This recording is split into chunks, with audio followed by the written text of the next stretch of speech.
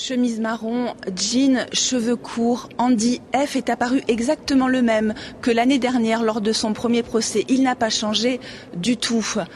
Il s'est assis sur le banc des prévenus, il comparaît libre, la tête tournée vers la cour. Il n'a pas osé croiser le regard de ses grands-parents, oncles et tantes assis juste en face de lui. La presse n'a pu rester que quelques minutes dans la salle d'audience. Le président a ordonné le huis clos comme le prévoit la loi en matière de justice des mineurs. La famille d'Andy nous a confié à la suspension que Andy avait reconnu une nouvelle fois ce matin à la barre qu'il avait tué sa famille, qu'il a reconnu les faits, mais il ne sait pas pourquoi il a commis ces faits. Ce sont ces explications qu'attendent les parties civiles. Vous l'avez revu ce matin, vous avez croisé son regard ?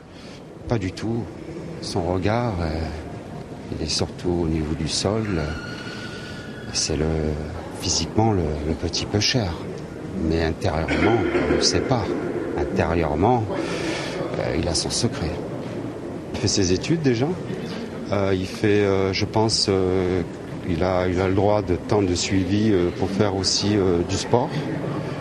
Et voilà, moi je trouve que c'est aberrant, 4 meurtres, c'est pas un suivi pour quelqu'un réellement de malade. L'adolescent relève-t-il de la justice ou de la médecine ? C'est tout l'enjeu de ce procès. Pour les parties civiles, il doit être condamné à une sanction pénale. Pour la défense, qui ne s'est pas exprimée ce matin, il doit rester en milieu hospitalier où il est interné depuis son dernier procès.